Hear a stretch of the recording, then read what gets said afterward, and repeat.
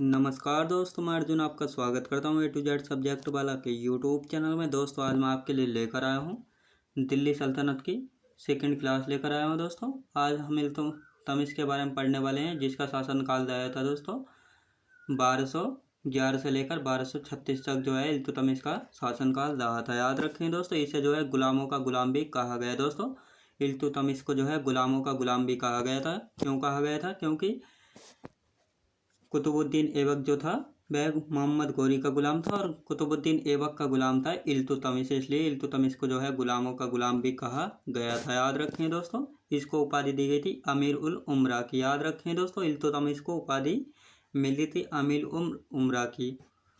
तो अमीर उल उमरा का अर्थ क्या होता है दोस्तों? ईश्वर की भूमि का रक्षक, यानी कि ईश्वर की भूमि का रक्षक। याद रखें दोस्तों, इसको उपाधि दी गई थी अमीर उल उमरा की, जिसको कहा जाता था ईश्वर की भूमि का रक्षक। याद रखें दोस्तों। अब इसके पिता थे इलम खां। याद रखें दोस्तों, इल्तुतमिश के पिता थे इलम खां, जो कि जो है गुलामबन से संबंधित नहीं थे। इल्तुतमिश को जो है खरीदा गया था ऐबक के द्वारा। याद रखें दोस्तों, इल्तुतमिश ने अपनी राजधानी कहाँ बनाई थी दोस्तों? इल्तुतमिश ने जो है अपनी राजधानी बनाई थी दिल्ली में। याद रखें दोस्तों, दिल्ली को जो है इल्तुतमिश ने अपनी राजधानी बनाया था। इल्तुतमिश को दिल्ली में सल्तनत काल का वास्तविक संस्थापक कहा जाता है। दोस्तों इल्तुतमिश को जो है दिल्ली में सल्तनत काल का वास्तविक संस्थापक कहा जाता है। इल्तुतमिश ने एकता प्रथा चलाई थी। दोस्तों इल्तुतमिश ने जो है एकता प्रथा चलाई थी। दोस्तों अब ये एकता प्रथा क्या होती है? एकता प्रथा जो है, एकता प्रथा का अर्थ होता है जमीन का टुकड़े से, जो सेना में सैनिक होते थे उनको सैलरी की जगह या वेतन क्या जगह पर जो है जमीन का टुकड़ा दिया जाता था अपना जीवन यापन करने के लिए और परिवार का पेट भरने के लिए। याद रखें दोस्तों। फिर इसने तुर्क चहलगानी का गठन किया, जिसमें 40 सरदारों को चयनित किया गया था। याद रखें दोस्तों, इसने तुर्क चहलगानी यानी कि 40 सरदारों का जो है गठन किया था। याद रखें दोस्तों, आगरा में न्याय का घंटा लगवाया था। याद रखें दोस्तों, इल्तुतमिश ने जो है आगरा में न्याय का घंटा लगवाया था। याद रखेंगे। अब इल्तुतमिश के समय का इतिहास दोस्तों, इल्तुतमिश के समय का इतिहास जो है तारीख फिरोज शाही में लिखा गया है। ये तारीख फिरोज शाही किसने लिखी थी? बर्नी ने लिखी थी। इसके लेखक जो थे बर्नी थे। तारीख फिरोज शाही पुस्तक के। याद रखें दोस्तों, इल्तुतमिश के समय का इतिहास जो है तारीख फिरोज शाही पुस्तक में लिखा गया। याद रखें दोस्तों, खलीफा। दोस्तों खलीफा से यह खिलत प्राप्त करने वाला सुल्तान था। इल्तुतमिश जो है खलीफा से खिलत प्राप्त करने वाला सुल्तान था। याद रखें दोस्तों, तराइन का तृतीय युद्ध हुआ था 1215 ईस्वी में। यलदोज को जो है इल्तुतमिश ने हरा दिया था। यलदोज के बाद कुबाचा और अली मर्दान को भी इसने लाहौर के बाद जो है हरा दिया था। अली मर्दान कौन था? अली मर्दान जो है मोहम्मद गौरी की हत्या करने वाला था। याद रखें दोस्तों।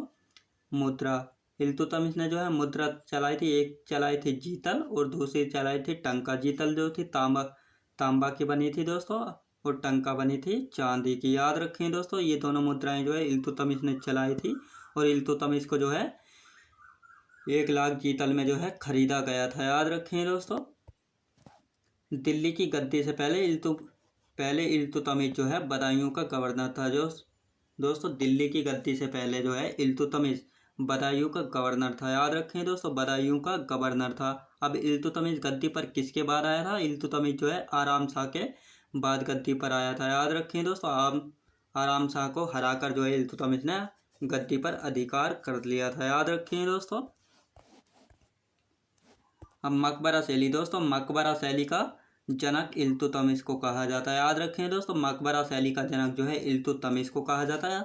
भारत का पहला मकबरा दोस्तों, भारत का पहला मकबरा कौन सा? सुल्तानगढ़ी का मकबरा बनवाया था इल्तुतमिश ने। भारत का पहला मकबरा जो कि दिल्ली में है, इल्तुतमिश ने बनवाया था। याद रखें दोस्तों, इल्तुतमिश ने बनवाया था। इल्तुतमिश ने अपने बड़े बेटे महमूद की याद में बनवाया था सुल्तानगढ़ी का मकबरा। और भारत में जो है मकबरों की शुरुआत जो है इल्तुतमिश ने ही की थी और भारत का पहला मकबरा बनवाया था सुल्तानगढ़ी का मकबरा अपने बेटे महमूद की याद में जो है बनवाया था। अतारकीन का दरवाज़ा दोस्तों, अतारकीन का दरवाज़ा जो है नागौर राजस्थान में जो है इल्तुतमिश ने बनवाया था। याद रखें दोस्तों, अतारकीन का दरवाज़ा जो है नागौर राजस्थान में इल्तुतमिश ने बनवाया था। याद रखेंगे। अब इल्तुतमिश की जाति की बात आती है तो शमसी जाति का था इल्तुतमिश। याद रखें दोस्तों, शमसी जाति का था इल्तुतमिश। इल्तुतमिश का दरबारी कवि दोस्तों, इल्तुतमिश का दरबारी कौन था? मिन्हाज उस सिराज था इल्तुतमिश का दरबारी कवि। इसकी पुस्तक थी दोस्तों तबकात नासिरी। याद रखें दोस्तों, तबकात नासिरी थी। इल्तुतमिश का दरबारी कवि था मिन्हाज उस सिराज, जिसने पुस्तक लिखी थी तबकात नासिरी।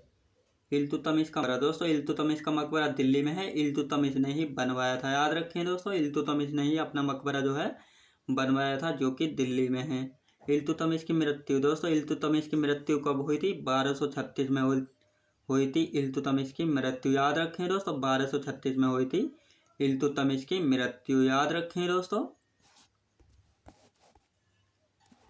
इल्तुतमिश ने जो है कुतुब मीनार को पूर्ण कराया था दोस्तों। इल्तुतमिश ने जो है कुतुब मीनार को पूर्ण करवाया था। कुतुब मीनार का कार्य जो शुरू किया था ऐबक ने किया था। किसकी याद में किया था? बख्तियार काकी की याद में किया था, जो कि ऐबक के गुरु थे। याद रखें दोस्तों, ऐबक के गुरु थे। और इसको पूर्ण किसने करवाया था? कुतुबुद्दीन इल्तुतमिश ने पूर्ण करवाया था। याद रखेंगे दोस्तों।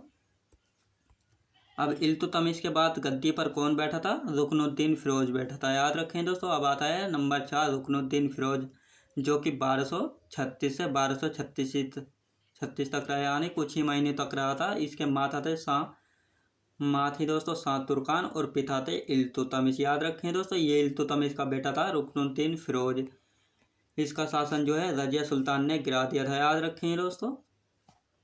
अब 5वें नंबर बात आती है रजिया सुल्तान दोस्तों। इसके रुकनुद्दीन फिरोज जो है रजिया सुल्तान का भाई था। अब आती है रजिया सुल्तान, जिसने शासन किया था 1236 से 1240 तक। याद रखें दोस्तों, 1200 जो है 40 तक।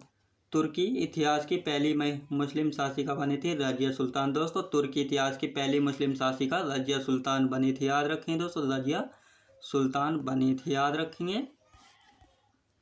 अब रजिया सुल्तान जो है इल्तुतमिश की बेटी थी। याद रखें दोस्तों, रजिया सुल्तान इल्तुतमिश की बेटी थी। रजिया जो है कोला का मतलब होता है टोपी और चोंगा का मतलब होता है कुर्ता धारण करती थी। याद रखें दोस्तों, रजिया टोपी और कुर्ता धारण करती थी। रजिया की मृत्यु कब हुई थी? 1240 को कैथल हरियाणा में हुई थी रजिया की मृत्यु। याद रखें दोस्तों, रजिया की मृत्यु हुई थी 1240 को कैथल हरियाणा में। याद रखें दोस्तों। अब नंबर 6 पर आता है बैराम शाह। यह रजिया सुल्तान के बाद जो है गद्दी पर बैठा था। याद रखेंगे।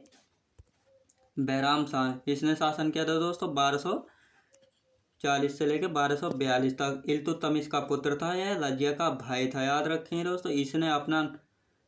इसने एक अपना पद नियुक्त किया था नायब मुमलिकात। याद रखें दोस्तों, मुमलिकात जो है जो एतगीन को बनाया था। फिर एतगीन की इसने हत्या करा दी थी। अब इसने ही एतगीन की हत्या क्यों करा दी थी? क्योंकि एतगीन जो है अपने आप को सम्राट की तरह मानता था, क्योंकि अपने घर के आगे जो है हाथियों को खड़ा कर रहा था, जो कि सम्राटों का काम थे। याद रखेंगे दोस्तों। तैयार या तैयार के नेतृत्व में मंगोलों ने 1241 में जो है आक्रमण किया, जिसे बैराम शाह ने जो है असफल किया था दोस्तों। तैयार के नेतृत्व में जो है मंगोलों ने आक्रमण किया, जिसे बैराम शाह ने जो है असफल किया था। अब ये तैयार कौन है दोस्तों? मंगोलों को जो है शासक था। याद रखें दोस्तों, मंगोलों का लीडर था। याद रखेंगे। इससे पहले कौन था? चंगेज खान था। याद रखेंगे। अब 7वें नंबर पर आता है मसूद शाह दोस्तों। मसूद शाह कौन था? मसूद शाह जो है अब इसने शासन किया था दोस्तों 1242 से लेकर 1246 तक। रुकनुद्दीन फिरोज जो है मसूद शाह रुकनुद्दीन फिरोज का पुत्र था दोस्तों। मसूद शाह जो है रुकनुद्दीन फिरोज का पुत्र था। अब ये एक अयोग्य शासक था, जिसका शासन जो है ऐसे मान लीजिए कि अमीरों ने चलाया था। इसके बारे में ज़्यादा कुछ नहीं है, बस इतना ही। नसरुद्दीन महमूद दोस्तों। अब आता है नसरुद्दीन महमूद। नसरुद्दीन महमूद ने शासन किया था 1246 से 1266 तक। याद रखें दोस्तों, नसरुद्दीन महमूद ने जो है 1246 से 1266 तक जो है शासन किया था। याद रखेंगे। नसरुद्दीन महमूद कौन था? इल्तुतमिश का पुत्र था। याद रखें दोस्तों, इल्तुतमिश का पुत्र था। इल्तुतमिश के 3 पुत्र थे दोस्तों। रुकनुद्दीन फिरोज था दोस्तों, बैराम शाह था और नसरुद्दीन महमूद था। याद रखेंगे। सल्तनत काल का औरंगजेब कहा जाता था महमूद को। याद रखें दोस्तों, सल्तनत काल का औरंगजेब भी कहा जाता था महमूद को। महमूद जो है टोपी सीकर जीवन व्यतीत करता था दोस्तों। महमूद जो है टोपी सीकर जो है जीवन व्यतीत करता था। वह टोपियों को सिलकर जो है उनको बेचता था और अपना घर बार जो है चलाता था, क्योंकि वह राजकोष से कुछ भी पैसा खर्च नहीं करता था। इसने नायाब ए मुमलिकात जो है बलबन को बनाया था। दोस्तों नायाब ए मुमलिकात जो है इसने बलबन को बनाया था। नायाब ए मुमलिकात क्या होता है दोस्तों? जैसे मान लीजिए आपका महमूद जो है प्रधानमंत्री और उसके बाद जो है गृह मंत्री का पद मान लीजिए, इस तरीके से, ठीक है। उसके बाद जो है सबसे बड़ा पद था सम्राट के बाद नायाब ए मुमलिकात, जिसने महबूब बलबन को बनाया था। अब महमूद बलबन का दामाद था। दोस्तों महमूद जो है बलबन का दामाद था। अब बलबन ने जो है महमूद को अपना दामाद बना लिया था, याद रखेंगे। शमसी वंश का खात्मा। दोस्तों शमसी वंश का खात्मा और प्रथम इलबरी वंश का खात्मा। दोस्तों बलबन ने जो है शमसी वंश का खात्मा और प्रथम इलबरी वंश कर दिया था, याद रखेंगे दोस्तों मैं उम्मीद करता हूँ आपको वीडियो क्वालिटी कंटेंट वगैरह सभी कुछ आपको पसंद आया होगा। पसंद आया हो तो लाइक शेयर और सब्सक्राइब करना बिल्कुल भी ना भूलें। साथ ही दोस्तों अगर आप हमारे चैनल पर पहली बार आएँ तो हमारे चैनल को भी सब्सक्राइब कर लीजिएगा। साथ ही बेल आइकन को प्रेस कर लीजिएगा ताकि हमारे आने वाले वीडियो का नोटिफिकेशन आप तक पहुँचता रहे। चलिए दोस्तों मिलते हैं नेक्स्ट वीडियोज़ में।